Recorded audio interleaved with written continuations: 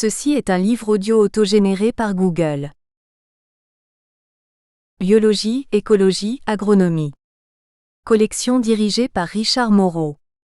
Professeur honoraire à l'Université de Paris 12. Et Claude Brzezinski, professeur émérite à l'Université de Lille.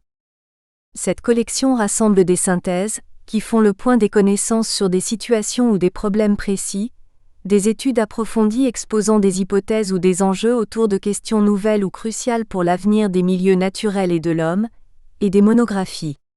Elle est ouverte à tous les domaines des sciences naturelles et de la vie. Déjà paru. Yves Delange, Voyage d'un botaniste en Eurasie. France, Scandinavie, Italie, Grèce, Japon, Inde, Cambodge 2014. Isabelle Richaud, L'humanité face au miroir. Réflexion sur une société durable, 2013. Kenida de Rezende Menezes. Le droit international peut-il sauver les dernières forêts de la planète, 2013. Guy Rollet, Les réseaux de neurones de la conscience. Approche multidisciplinaire du phénomène, 2012. Patrick Matagne. Éduquer à la biodiversité pour un développement durable. Réflexion et expérimentation, 2012. Elisabeth Matthyssrochon et Pierre Savatier, Biotechnologie, quelles conséquences sur l'homme à venir, 2012. Marcel B. Boucher, Pour un renouveau dans l'environnement, 2012. Michel Gaudron, Écologie et évolution du monde vivant, volume 3. Les problèmes écologiques réels, 2012. Michel Gaudron, Écologie et évolution du monde vivant, volume 2. L'échelle crée le phénomène, 2012. Michel Gaudron, Écologie et évolution du monde vivant, volume 1. La vie est une transmission d'informations, 2012. Dominique Mariot, L'univers fascinant des insectes. Nos amis, nos ennemis, 2012. Gérard Bertolini, Montre-moi tes déchets. 2011. Alain Giret, Histoire de la biodiversité, 2011. Michel Stevens, Revenons sur Terre. Comment échapper à l'enlisement des négociations sur le changement climatique, 2011. Bernard Bourget, Les défis de l'Europe verte, 2011. Introduction. Un voyage botanique autour du monde. Quel beau sujet de réflexion pour un naturaliste. Je rappellerai d'abord que nul voyageur, même parmi les plus grands ayant en tous sens contourné la Terre, n'a prospecté et vraiment connu toutes les flores du monde.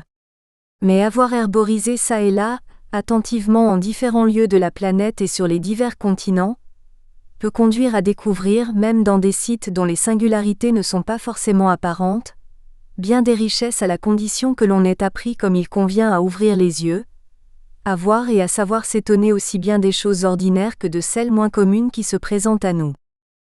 Voyager par l'esprit me valait déjà dès l'enfance bien des transports car simplement dans mon orbe, à travers les noms des arbres et d'autres végétaux que je côtoyais dans notre enclos et au jardin des plantes de la ville, se profilaient quantité de pays proches ou lointains. Ne rencontrait-on pas là en été dans les plates-bandes l'Eschscholtzia de Californie et le taguet, l'œillet d'Inde mexicain. En hiver dans l'orangerie fleurissaient les acacias australiens dispersant leur senteur tandis que dans les serres, j'étais ébloui par la Victoria amazonica, la reine des eaux.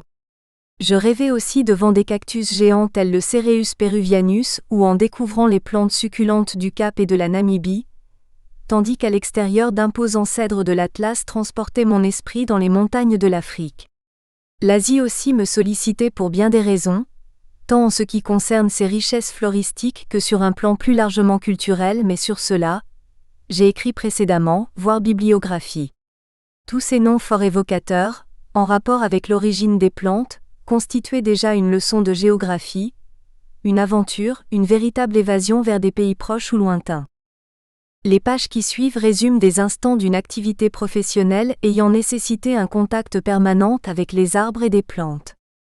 Cela à la fois dans des pays du pourtour méditerranéen alors que j'accomplissais des stages d'études, puis au Jardin des plantes de Montpellier dès 1954 et surtout, à partir de 1971 dans les régions intertropicales, étant alors responsable des collections végétales vivantes du Muséum à Paris.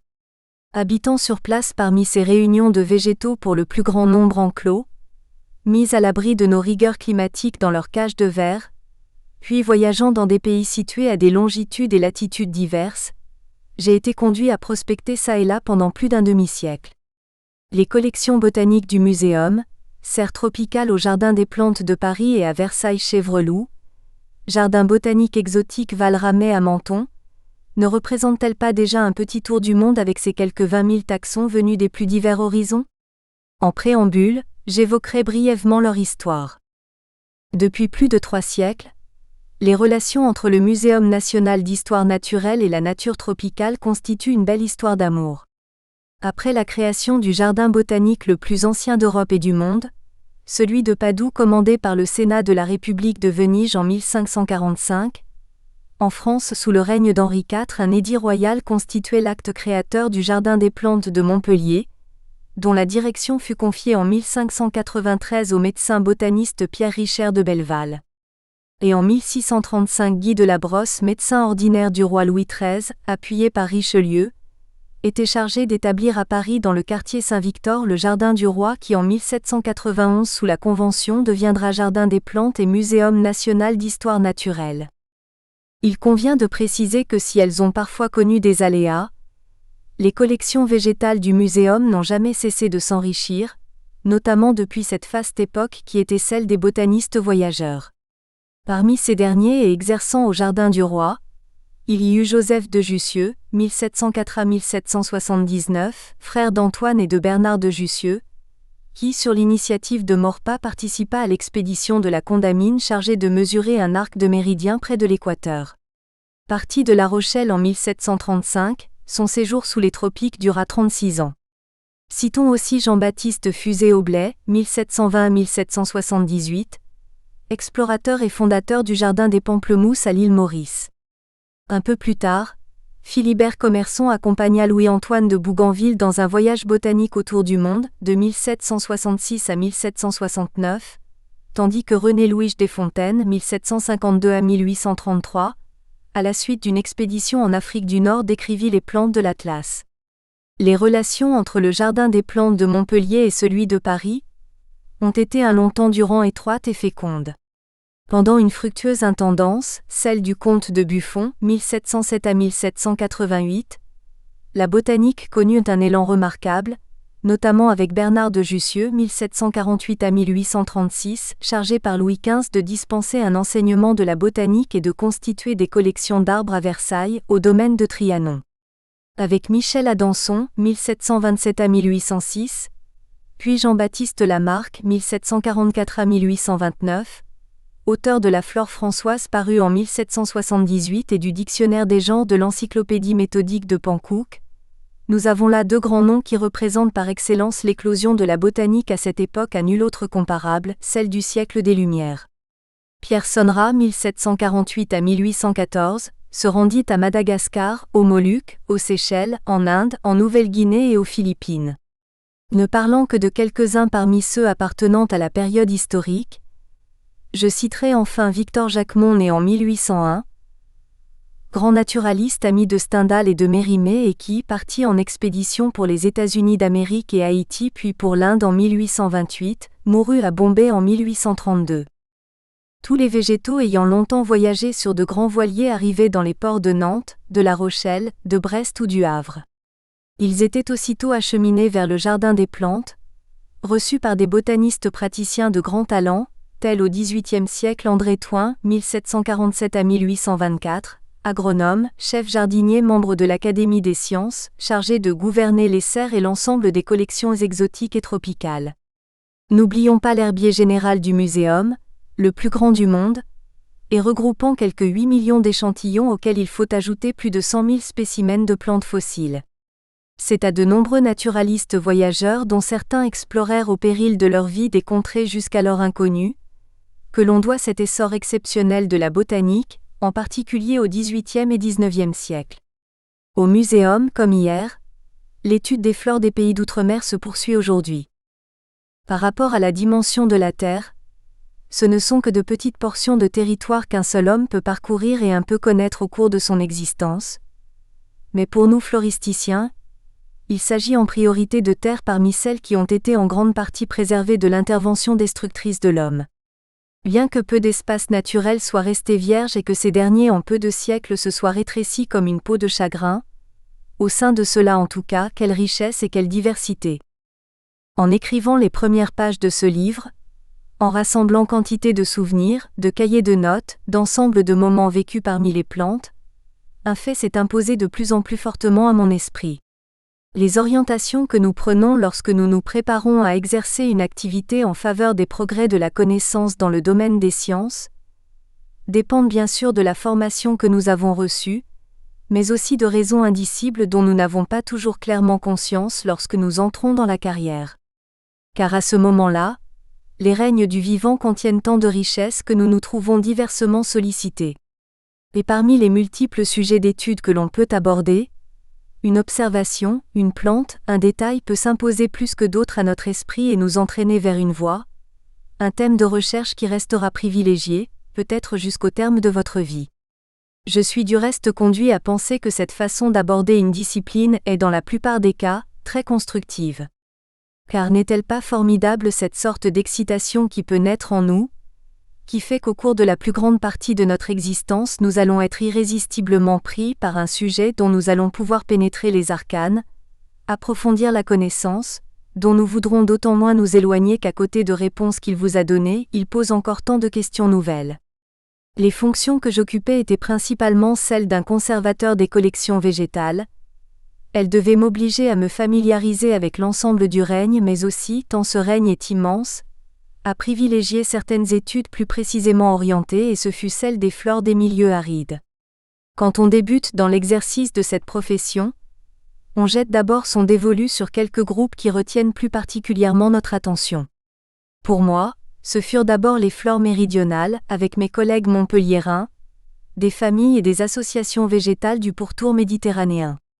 Les personnes qui liront ces pages remarqueront enfin que leur auteur manifestait une attirance particulière pour des régions parmi les plus ensoleillées de notre planète.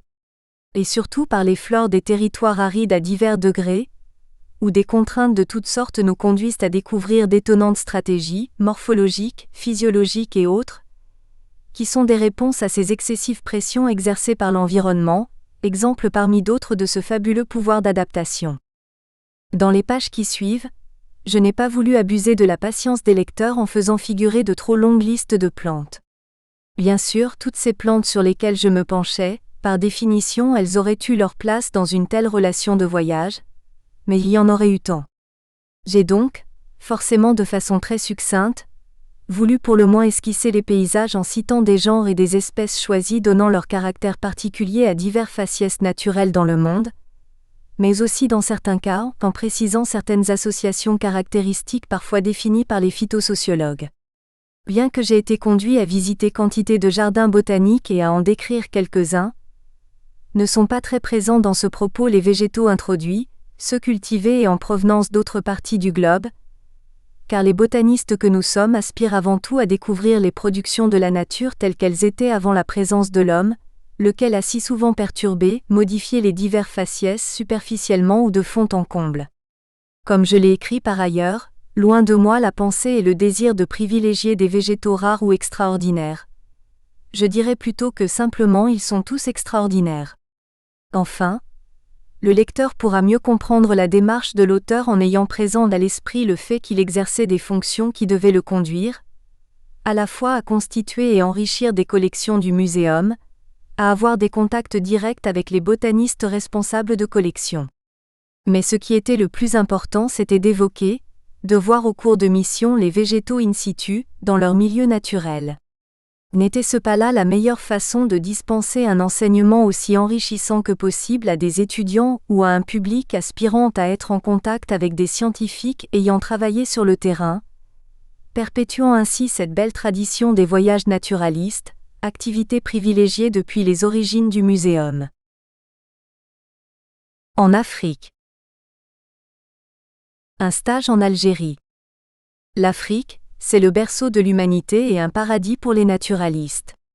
Nombre de mes confrères tropicalistes exerçant dans des territoires africains qui furent un temps durant des colonies ou des protectorats français, travaillaient surtout sur les flores du Maghreb, de l'Afrique centrale et occidentale.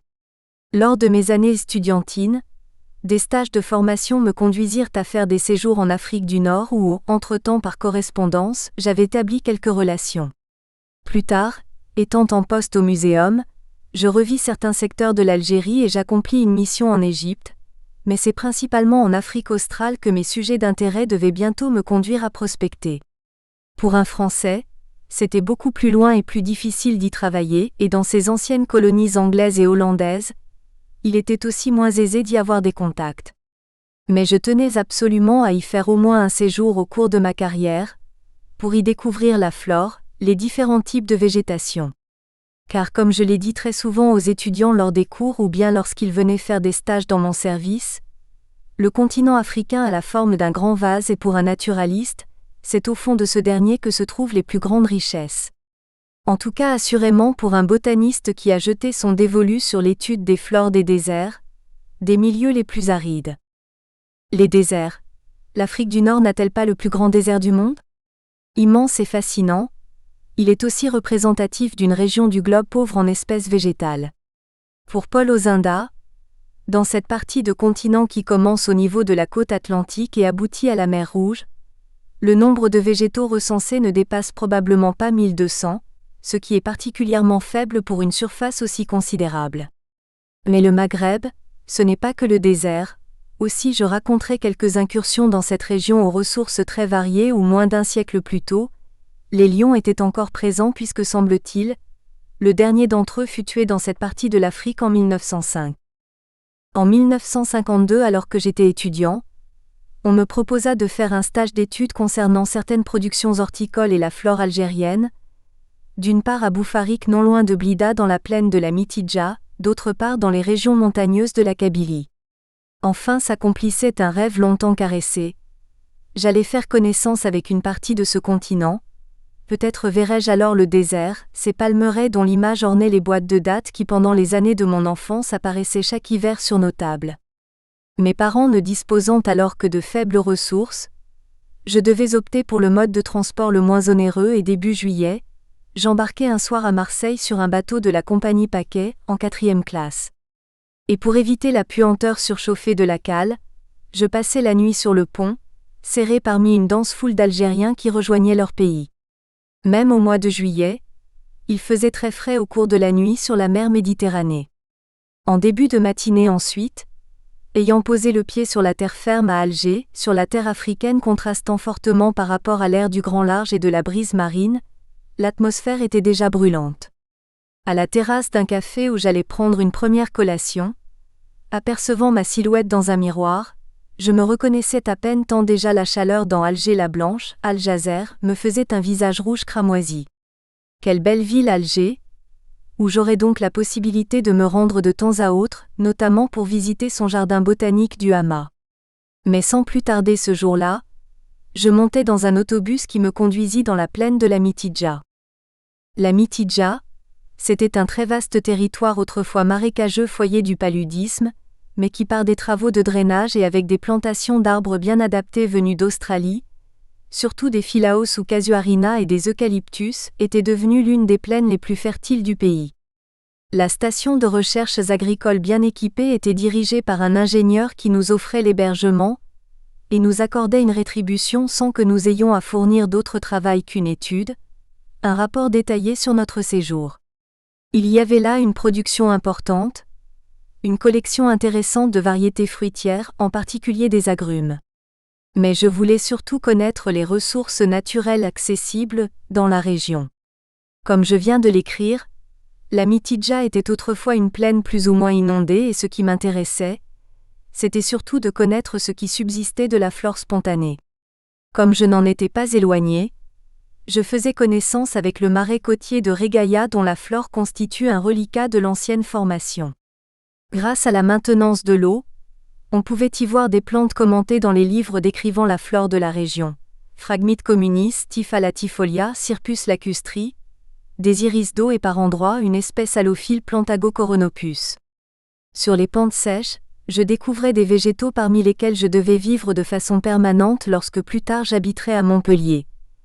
Pistacia lentiscus, le lentisque est tout un cortège de plantes caractéristiques de la flore du pourtour méditerranéen. Mais ce qui était le plus original, c'était là et ailleurs certaines espèces endémiques de l'Afrique du Nord, telles Cyclamen africanum, Scilla ligulata et aussi une rareté, Abutilon Théophrastie. À cette époque, il y avait dans cet îlot représentant ce qu'était le milieu naturel, des caméléons, des genettes et des sangliers. À Boufarik, des cigognes nidifiaient au sommet du minaret. La plaine abondait aussi en cultures maraîchères. Bref, c'était l'un des secteurs parmi les plus fertiles de l'Algérie. Néanmoins, on disait que parfois ces cultures étaient sérieusement mises à mal par le vent. En effet, alors qu'au cours d'une nuit je dormais dans une chambre du centre d'études, fenêtres et portes ouvertes afin de bénéficier de la fraîcheur nocturne, je fus réveillé par des allées et venues précipitées. C'étaient 2 de mes camarades stagiaires qui avaient décidé de dormir dehors, mais au milieu de la nuit, un sirocco se leva. Pendant quelques heures il souffla, apportant l'air étouffant, desséché et chargé de sable du désert. Il était impossible de rester dehors, et mes camarades réveillés pendant leur sommeil, se levèrent immédiatement pour se réfugier dans leur chambre et fermer toutes les ouvertures qui donnaient sur l'extérieur. Le lendemain, nous devions visiter les plantations d'un rosiériste mais quand nous arrivâmes chez lui, il ne restait plus une seule fleur, tout était grillé par ce vent qui avait charrié les sables du désert jusque dans le sud de l'Europe. Me trouvant à proximité d'Alger, sur les conseils de mes collègues, j'allais passer une première journée dans cette si belle ville pour faire connaissance avec le jardin d'essai du Hama. Je découvrais alors dans ce quartier du Hama un jardin botanique admirable et qui parmi quelques autres dans le monde, pouvait être alors pris comme modèle en ce domaine, tant sa situation et sa richesse en végétaux en faisaient un lieu exceptionnel.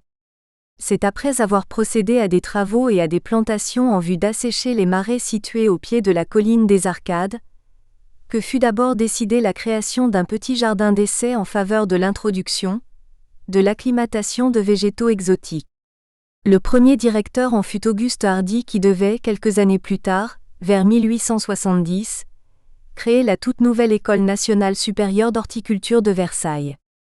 Il introduisit en Afrique du Nord le coton, Gossypium barbadense venu d'Amérique.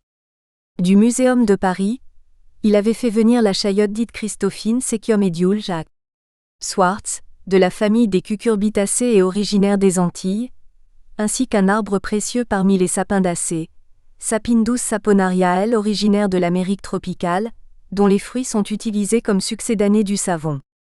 À Hardy étant allé à Padoue où il avait visité le célèbre Orto Botanico, il avait pu y admirer le mandarinier Citrus reticulata blanco, originaire de la Chine et du Japon, et il l'introduisit alors en Algérie. Le premier jardin du Hama, établi d'abord sur une surface de 5 hectares, devait par la suite s'agrandir considérablement. Grâce à des acquisitions successives, il recouvrait lorsque je m'y trouvais plus de 60 hectares. Cette trouée de verdure est disposée en amphithéâtre sur la pente d'une colline, au pied du Musée national des beaux-arts. Dès cette première visite, j'étais émerveillé par ce vaste domaine consacré à la botanique et à l'enseignement, disposé en étages dominant la mer avec ses allées pentues bordées de palmiers, ses araucarias et ses bambous géants, ses alignements de grands ficus et de dragonniers. Je visitais une bonne partie des collections et prenais des notes, mais il me faudrait y revenir si je voulais, après ce premier contact, en tirer suffisamment profit. Étant en stage à Boufarik, la plaine si belle fut-elle me solliciter beaucoup moins que les parties en relief de ce territoire. Heureusement, parmi les ingénieurs nouvellement diplômés et qui participaient à la direction du centre, il y en avait un qui, comme moi-même, s'intéressait aux ressources naturelles en général et à la flore en particulier. Il s'appelait Léon Balestrieri. Il était à la fois très sympathique, célibataire et au surplus, il avait une voiture, quelle aubaine. Nous avons alors à diverses reprises quitté la plaine, pour aller herboriser dans la montagne. D'un commun accord, nous avions décidé de nous rendre en Kabylie pour écouler plusieurs jours dans les monts du Djourdjoura où depuis plusieurs années, il avait l'habitude de prospecter. Ce qui m'intéressait en particulier, c'était de voir Cedrus atlantica, ses plus beaux peuplements dans leur air naturel et cela serait bienvenu aussi de les commenter dans le rapport de stage que je devais rédiger après mon retour. La saison s'y prêtait bien car les cèdres de l'Atlas se trouvent à des altitudes assez élevées, et la chaleur était étouffante au niveau de la mer. À cette époque où le tourisme était quasiment inexistant dans cette région, le pays dépourvu d'aménagements modernes était magnifique, tant en ce qui concerne la nature que les villages, La population accueillante bien que l'on perçoive déjà les prémices du conflit armé qui devait bientôt ensanglanter l'Algérie. Oui, c'était un splendide pays. Je me souviens par exemple avoir vu des groupes de femmes kabyles, très souriantes, vêtues de leurs costumes aux riches couleurs, remplissant leurs amphores au déversoir d'une source et les portant sur leurs épaules. Bien sûr, il ne fallait pas être exigeant en ce qui concernait le confort. Et à quelques reprises, nous avons Léon et moi, faute de mieux, dormi sous les marches d'un escalier dans une auberge de Tizi Ouzou. Tizi Ouzou, cela veut dire col des Genêts, car en effet me disait Léon, les genêts recouvraient en partie des collines entourant la ville, les parant au printemps du vif éclat de leurs couleurs. Tizi Ouzou se trouve au pied de la crête du Djourdjoura qui s'étire sur 70 km de longueur. Elle constitue pour les naturalistes en général, pour les botanistes, les géologues et les zoologues, un écosystème qui a donné lieu à nombre d'études. Mon camarade avait choisi un des sites les plus en vue et particulièrement digne d'intérêt. La montagne du Talaguilef et la cédraie des Aït Waban. Le Djourdjoura contraste considérablement avec la région alentour. C'est l'un des reliefs les plus accidentés, les plus abrupts de l'Algérie. Il reçoit entre 1200 et 1500 mm de pluie, annuellement. Après avoir laissé derrière soi les basses collines, on se trouve très vite dans des secteurs au relief très irrégulier. À un moment donné, nous devions nous engager sur un sentier de montagne qui, vu sa faible largeur, ne pouvait laisser passer qu'une seule voiture à la fois. Nous l'empruntâmes à plusieurs reprises pendant ce séjour, mais une fois nous rencontrâmes à mi-chemin un vieux taco qui redescendait. Léon avait dû alors faire 2 ou 3 kilomètres en marche arrière pour le laisser passer. Arrivés à un certain niveau, nous devions dès lors laisser la voiture et poursuivre notre ascension à pied. Nous nous trouvions enfin à faible distance du massif forestier. C'était très isolé mais heureusement, Léon avait chargé le coffre de la voiture de diverses victuailles et surtout, de plusieurs cagettes de tomates. Alors, quand nous avions soif, avec nos mains nous pressions quantité de tomates au-dessus d'un gobelet pour nous désaltérer. Nous en avions absorbé chacun de nombreux kilos au cours de ces journées, car mon ami craignait que dans cette région fort riche sur le plan faunistique, les eaux des sources et des ruisseaux ne soient chargées de germes. Diverses espèces forestières étaient présentes à cette altitude, au-dessus de 1000 mètres. Nous pouvions voir de beaux sujets de chênes édéens, Quercus mirbeki durieux synonyme. Q. canariensis wild. Mais il est cependant absent aux îles Canaries, arbre au tronc trapu atteignant une trentaine de mètres de hauteur. On voyait aussi le Ousilex aquifolium, Lif taxus baccata assez abondant et plusieurs érables. Acer obtusatum wild esperluetkit, l'érable de Bosnie, Acampestre et Amon speculanum L. Nous nous trouvions aussi dans un secteur comportant quelques très rares sujets d'une variété de Pinus nigra, P. nigra mauritanica, endémique du Djourdjoura, découvert en 1927 par un garde forestier. Il n'était pas possible pour nous cependant de retrouver quelques-uns des sujets encore présents, car il aurait été difficile de les distinguer du type, le tikijda. Parmi ces arbres, Léon avait pu me montrer une jolie aristologe caractéristique de ce biotope. Aristolochia longa LSSP, Fontanesi var, Djourdjourae, et une campanule elle aussi propre à la flore du Djourdjoura. Après avoir ascensionné sans beaucoup de répit, nous nous trouvions au niveau de ce que l'on appelle la pelouse alpine. Avec notamment Ononis araguanensis asso, Beuplernum spinosum guan, Festuca atlantica du Val-Jouve. La forêt de cèdre Cedrus atlantica, ENDL. Manetti apparaît vers 1400 mètres d'altitude. Si cette espèce est superbe dans nos parcs, elle atteint des dimensions encore beaucoup plus imposantes dans son biotope. La cédraie des Aït Waban se répartit en différents massifs plus ou moins importants sur les deux versants de la chaîne. Nous étions sur le versant nord en abordant le Talaguilef. Pendant des siècles, cet arbre fut exploité à outrance, souvent aussi détruit par des incendies de forêt. Un statut de parc national du Djourdjoura était en cours d'élaboration au temps de l'Algérie française. J'ai pu savoir qu'il a été officialisé en 1983. D'abord, nous nous trouvions en présence de l'association Acedrus atlantica et Quercus ilex. Puis, à mesure que nous progressions dans notre ascension, le cèdre devenait dominant. Nous étions bientôt parmi des arbres extrêmement imposants, majestueux, certains sujets s'élevant à 40 et 50 mètres et leur âge était estimé à 2000 ans. Nous pouvions constater que tous les sujets âgés avaient perdu leurs flèches. Ils ressemblaient alors à ceux du cèdre du Liban, mais tandis que ce dernier est vert sombre, le cèdre de l'Atlas est diversement coloré dans la nature, vert gris et vert bleu. Nous étions dominés par le sommet du Talaguilef, qui culmine à 2300 mètres. Même si nous ne devions pas en faire l'ascension jusqu'à son sommet, à mesure que nous nous élevions et que le sol se dénudait, je ressentais une impression très intense d'isolement, de vide, sans doute parce qu'à cette époque, je ne m'étais encore jamais trouvé en présence de reliefs aussi accidentés.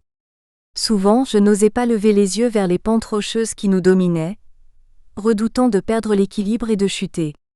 Mon compagnon connaissait bien des particularités de ce pays, et il considérait que nous étions dans la saison la plus propice pour nous élever. En effet, étant au fort de l'été, la plupart des accès étaient dégagés, mais par endroits il y avait encore des congères. Il me montra au loin des reliefs qui me paraissaient inaccessibles, mais il m'apprit que des hommes du pays réussissaient à s'introduire dans des passages vertigineux pour rejoindre des dolines dans lesquelles la neige accumulée se maintenait pendant tout l'été. Ils en remplissaient de grands sacs faits de peaux de bêtes, et les ayant chargés sur des mulets, ils allaient revendre leur contenu dans les villages et même jusqu'à Tizi Ouzou. De temps à autre, nous apercevions des animaux, des singes qui faisaient des bonds dans les arbres. C'est le macaque berbère, Macaca sylvanus, le seul macaque africain, tous les autres étant asiatiques. Après que nous nous fûmes encore très sensiblement élevés, nous nous trouvâmes sur une crête de part et d'autre de laquelle on ne voyait que pente abrupte et vertigineuse, et mes jambes flageolaient. Je n'étais pourtant pas particulièrement sujet au vertige à cette époque, mais là, je n'osais plus avancer. Léon me dit de me placer derrière lui, et de me retenir à sa ceinture en ne regardant que mes pieds qui pas à pas prenaient place l'un devant l'autre. À droite, à gauche, rien n'aurait retenu notre chute sur ces pentes abruptes dans les éboulis de pierres calcaires. Enfin nous franchîmes cette crête et le spectacle était absolument grandiose.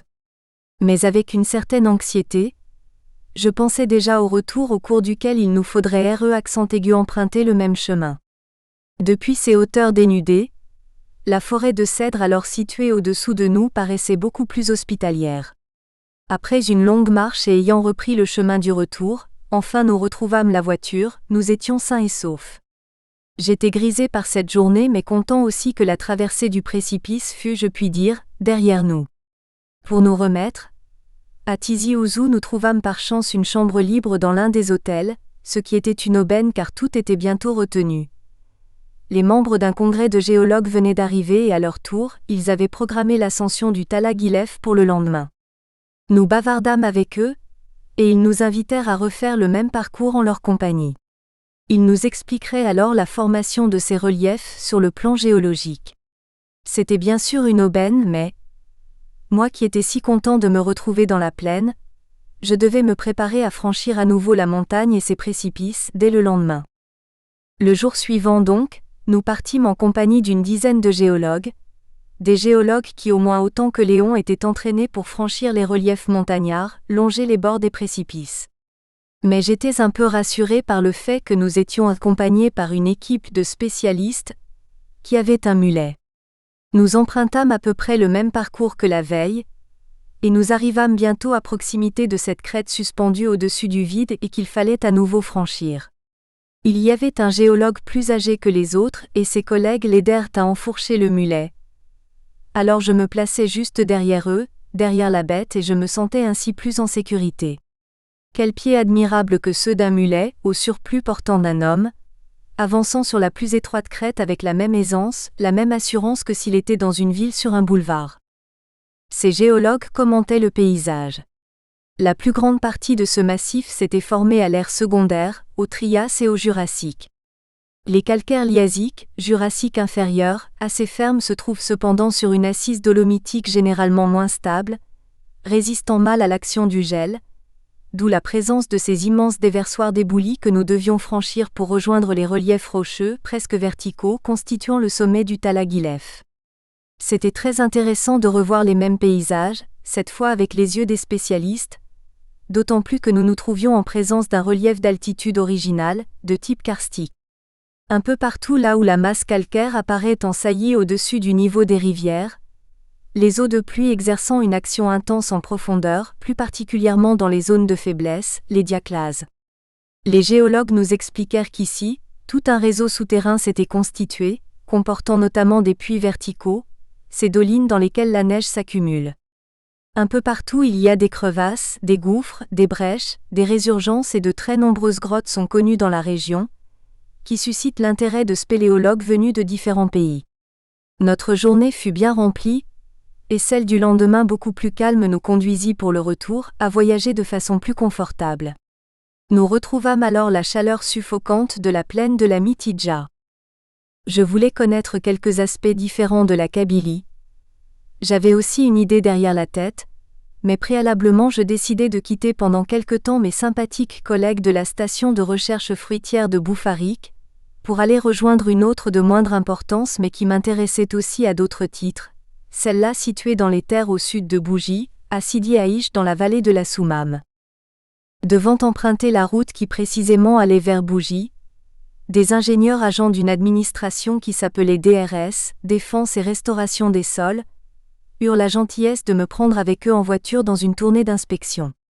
Nous devions emprunter un beau parcours très sinueux dans un paysage de montagne qui, non loin de la côte, permettait d'apercevoir souvent la mer. Nous traversions des forêts de chênes-lièges, des subrets qui par endroits s'étendaient à perte de vue. Comme je ne connaissais pas cette culture, nous fîmes quelques arrêts et ces messieurs me montrèrent de superbes sujets de ce Quercus suberel dont certains étaient, m'affirmaient-ils, âgés de plusieurs siècles.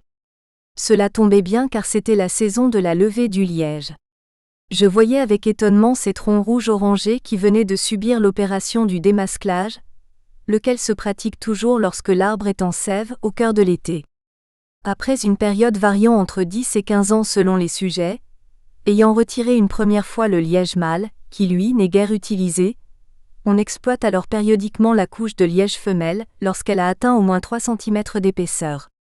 Ces inspecteurs, assez paternels avec moi, m'invitèrent dans une auberge pour un déjeuner reconstituant avec, comme souvent dans ce pays, pour plat principal un couscous, de la viande non pas d'agneau mais de mouton au goût accentué, arrosé de vin très corsé comme en produisait énormément l'Algérie à cette époque. Ils me laissèrent enfin à Bougie. Bougie, Béjaïa, est un port depuis lequel je pouvais rejoindre en autobus Sidi Aïch et son jardin d'essai de culture fruitière pour l'étude de l'olivier in situ et des variétés de figues. Le directeur, Claude Chaud, lui aussi ingénieur d'agronomie et célibataire, me reçut dans la maison du centre qu'il hébergeait. J'étais fatigué par les précédentes journées de marche dans la nature, et cela me permettait de me reprendre. J'étais arrivé chez Claude si dépenaillé qu'il me fit cadeau d'une chemise neuve. Sidi Aïch, c'est la ville des Atouaglis. Ils sont les descendants d'un illustre marin d'origine grecque qui jadis aurait remonté le cours de la Soumam, attiré par ses oléâtres. Je suis resté 2 semaines chez mon hôte, le temps d'intégrer dans mon rapport d'intéressantes données relatives à la sélection et à la culture des variétés de figuiers et d'oliviers. De temps à autre, nous allions déjeuner dans un restaurant à Bougie, nous reposant alors en contemplant la superbe vue sur la mer. Par ailleurs, je faisais connaissance avec un type de mise en valeur dont jusqu'alors j'avais ignoré l'existence, le greffage des oléâtres. Car en Kabylie, dans la vallée de la Soumam où la station avait été créée, on se trouve dans l'aire naturelle d'extension de l'olivier Olea europaeae, les oléâtres, c'est en somme une forêt naturelle d'oliviers, forêt qui ici recouvre la plupart des versants ensoleillés des collines surplombant la vallée de la Soumam. Bien entendu, ces arbres sauvages il fallait les greffer. Le personnel manuel de la station avait pour travail principal la mise en valeur de cette forêt en greffant ces arbres. Diverses variétés avaient été sélectionnées pour cela, telles Azeraj, Bouchouk, mais surtout Limli pour la production de l'huile dont la Kabylie était l'un des plus grands producteurs en ce temps-là. Avec l'olivier, la culture la plus importante dans cet établissement à Sidi Aïch était celle du figuier. Les figues de Kabylie et précisément de cette région, sont connues par tous les spécialistes de ce fruit dans le monde. Et comme il s'agit de l'un de mes fruits préférés, j'étais bien aise de m'intéresser à eux dans ce pays. Les variétés algériennes ont été décrites par de nombreux auteurs et botanistes de la première moitié du XXe siècle, tels Maori, Trabu, Mazière, Mann. Selon un recensement qui avait été réalisé par l'Institut de l'arboriculture fruitière en Algérie, Il existait 43 variétés fruitières sélectionnées, inventées dans ce pays et parmi lesquelles, Agua, Azigave, Medloub ou Bouakir, lesquelles précisément avaient été découvertes à Sidi Aïch, ainsi que nombre d'autres produits de la sélection, tels Azaïm ou Orzidan, Akoran ou encore Adra Violet, qui avaient vu le jour dans la région de Tizi Ouzou. Lors de ce séjour au cours duquel j'ai mangé des figues comme jamais cela ne m'arriva dans ma vie, c'était la période de séchage pour ce fruit. Il était si présent dans l'alimentation de la population, que lorsque je me promenais à pied dans les chemins qui serpentaient en s'élevant parmi les collines d'oléâtre, je voyais en quantité des déjections humaines qui témoignaient de l'importance de cette production dans la vie quotidienne des Kabyles. À Sidi Aïch également, je consommais pour la première fois une autre sorte de figue très différente de la précédente, des figues de Barbarie, il faudrait dire de Berbérie, fruit du cactus Opuntia ficus indicael originaire du Mexique et introduit en Afrique du Nord dès le XVIe siècle. On en sélectionnait des cultivars aussi peu inermes que possible, mais d'autres espèces produisent également des fruits ayant d'assez bonne qualité gustative. Opuntia robusta H. Venland et Pfeif, au Streptacantha Lemer et au Lindemery Engel. Je n'avais pas compris d'emblée pourquoi les gamins qui dans les rues du village me proposaient très gentiment ces fruits, les avaient d'abord ouverts en deux en les tenant enveloppés dans un chiffon. Lorsqu'étant seul, je voulus en attraper un quelque peu haut perché et que je le saisis à main nue. Il m'en cuisit au moins pendant une semaine ensuite tant les glochides, minuscules aiguillons, dont l'épiderme était recouvert s'étaient plantés par centaines dans ma main. Enfin, à l'issue de ce premier séjour en Algérie, je ne m'imaginais pas retourner en France métropolitaine sans avoir vu au moins pendant un court moment, une oasis avec sa palmeraie. Cela me travaillait dur comme fer. J'étais peu argenté, mes chaussures et vêtements en assez mauvais état, mais il me fallait donc aller plus au sud. Mon hôte m'ayant bien restauré au cours de ces 2 semaines, et comme j'avais assez bien récupéré, je voulus prendre la direction de l'une des oasis, parmi celles les plus proches, Biskra ou bien Boussaada, l'oasis du bonheur. Un matin peu après le lever du soleil, je pris donc la route qui allait vers le sud et je fis de l'autostop. Pendant cette première journée, j'ai été emmené par toutes sortes de véhicules. Je me souviens que l'un d'entre eux était une camionnette brinque-ballante chargée de pastèques et de courges. L'homme voulait bien me prendre mais pas dans sa cabine. Avais-je donc si mauvaise allure? Et pendant plusieurs heures je voyageais le plus souvent accroupi, coincé entre les courges. Vers la fin de l'après-midi, les véhicules étaient de plus en plus rares qui voulaient bien me cueillir sur la route. L'un d'entre eux enfin me fit bonne mine. Il allait dans une ville homonyme d'une cité normande, Aumale, dédiée au duc d'Aumale fils du roi Louis-Philippe. J'étais d'autant plus soulagé que sur ces plateaux, vers 1200 mètres d'altitude, les nuits sont froides, parfois très froides même au cœur de l'été et je commençais à me refroidir. Arrivé dans cette ville, je me sentais fiévreux et j'avais probablement une angine. Heureusement, je trouvai rapidement un hôtel, où je pus aussi me restaurer. Comme j'expliquais à l'hôtelier ce dont je souffrais, il me dit « On va te préparer une soupe que tu mangeras bien chaude, tu mettras du poivre, beaucoup de poivre dedans. Alors, demain cela devrait aller mieux et peut-être même te sera guéri. » Du poivre moulu, j'en absorbais une forte dose et là-dessus je me couchais, sombrant bientôt dans un profond sommeil. Le lendemain à mon réveil, en effet j'étais guéri. Je fis un tour dans la ville, souhaitant trouver un autobus se dirigeant vers le sud. En début d'après-midi, il y avait un car qui allait à Boussaada, sans hésiter je montais dedans. La route était longue et la nuit venue, nous roulâmes encore pendant plusieurs heures. Enfin, nous arrivâmes vers minuit à Boussaada. Souvent le plaisir que l'on attend de la rencontre avec un lieu, de la découverte d'un paysage, ne correspond pas à ce que nous avions espéré. Mais là, l'émotion que j'ai ressentie en arrivant, j'en ai encore une sensation intense en écrivant ces lignes tant elles correspondaient à ce qui avait longtemps mouru dans mon imagination. Tandis qu'à Aumale l'activité semblait se figer le soir venu, là alors que la chaleur torride retient les habitants chez eux pendant le jour, je découvrais une activité fébrile au milieu de la nuit. Nous étions dans une oasis de ce grand désert. Le chauffeur de l'autobus s'arrêta sur une place qui était poudrée de sable blanc, où les hommes en nombre étaient tous vêtus de djellaba blanche. Ils discutaient, mettaient à profit la relative fraîcheur nocturne pour se réunir là même où l'ensoleillement devait être intenable pendant le jour. Cette place baignant dans le clair de lune était bordée de petites maisons parmi lesquelles je trouvais un hôtel fort simple qui m'accueillit. Apparemment, cette oasis du bonheur portait bien son nom. La porte-fenêtre de ma chambre s'ouvrait sur un balcon. Je me couchais et tardais moins que jamais à m'endormir. Bou Saada, c'est un quartier ancien, une médina et surtout une palmeraie sans laquelle cette oasis ne mériterait pas ce nom. C'est un environnement hyper aride d'alentour, inondé de soleil pendant toute la durée de l'année mais établi sur un socle aquifère et les sources n'y sont jamais taries. Ouled Naïl désigne la tribu des Aoulad Sidi Naïl venus des hauts plateaux du sud algérien, dont les parties montagneuses portent les noms des Aoulad Naïl. Dans la bibliothèque de la station de Boufarik, j'avais consulté des ouvrages évoquant ces premières oasis du nord du Sahara. Dans la Médina, on propose aux chalands toutes sortes de produits, les uns alimentaires, d'autres faisant partie de la pharmacopée, un certain nombre aussi constituant des phares pour les femmes. Ces femmes, les Ouled Naïl, en font une grande utilisation pour se maquiller et séduire car c'était alors une tradition dans cette partie de l'Algérie. Elles sont parmi ces rares tribus de musulmanes qui, étant éduquées pour être danseuses au cours de leur jeunesse, doivent se prostituer ensuite pour constituer leur dot.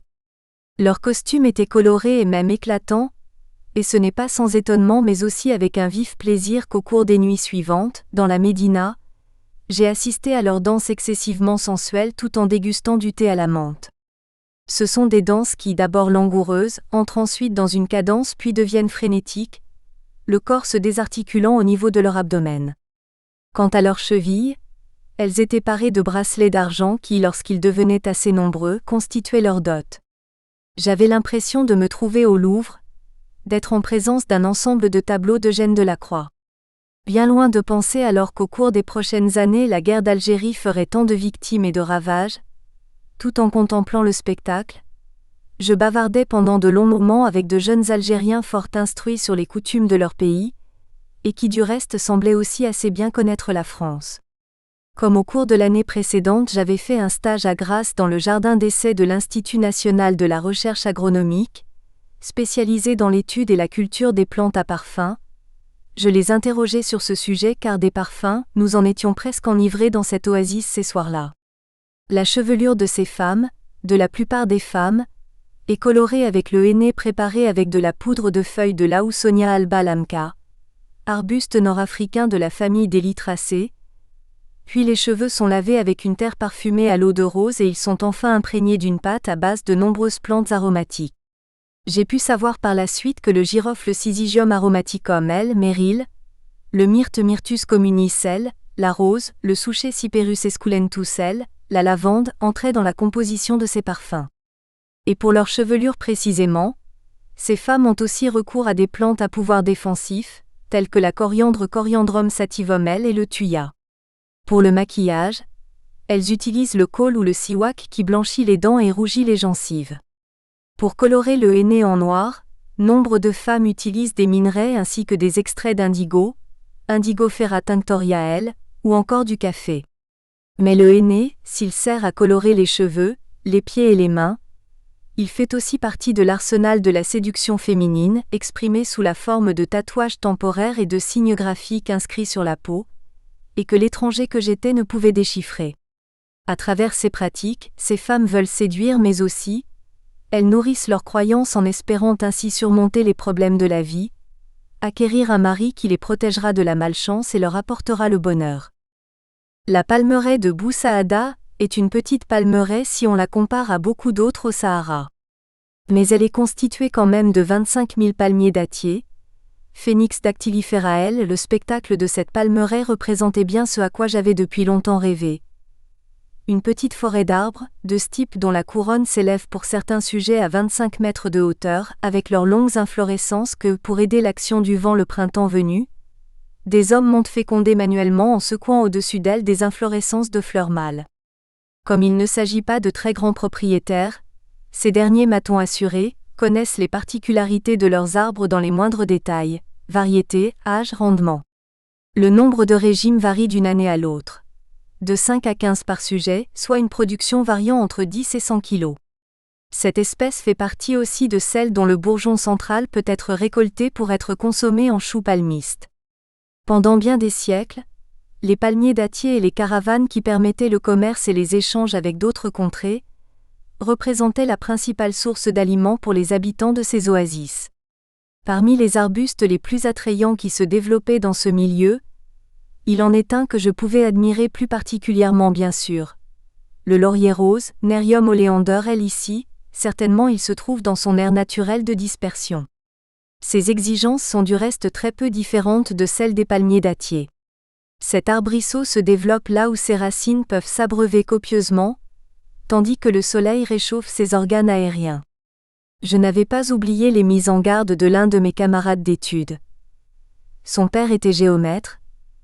Il avait travaillé pendant une grande partie de sa carrière dans les oasis nord-africaines et comme il avait dû souvent boire de l'eau qui court parmi les racines du laurier rose, petit à petit il avait été intoxiqué. En effet, ce végétal est l'un des plus nocifs qui soit. Tous ces organes contiennent des hétérosides cardiotoniques et one leaf can kill en adulte a-t-on dit, ce qui a été confirmé par divers écrits. Ainsi, un peu plus tard, j'ai lu dans le Dictionary of Gardening de George Nicholson édité à Londres au XIXe siècle, l'anecdote suivante. Un groupe de personnes qui excursionnaient dans une oasis africaine avait emporté des volailles en vue de les faire cuire en plein air pour les consommer sur place. Ils décortiquèrent des branches de laurier rose, puis ils les utilisèrent en guise de broche. Je puis me souvenir que sur 11 personnes qui mangèrent de ces volailles, 7 moururent empoisonnées. Je savais que le palmier dattier se plante dans la boue, et qu'il lui faut avoir la tête au soleil. Ce n'est donc pas à proprement parler un végétal spécifique des pays arides car sans un apport d'eau important, sans une irrigation régulière, il n'y a pas de tel palmeraie. Dans les enclos entourant les habitations, on cultivait figuiers, oliviers, grenadiers et abricots. Nous espérons que vous avez apprécié cet aperçu. Pour continuer à écouter ce livre audio sur Google Play Livres, utilisez le lien dans la description de la vidéo.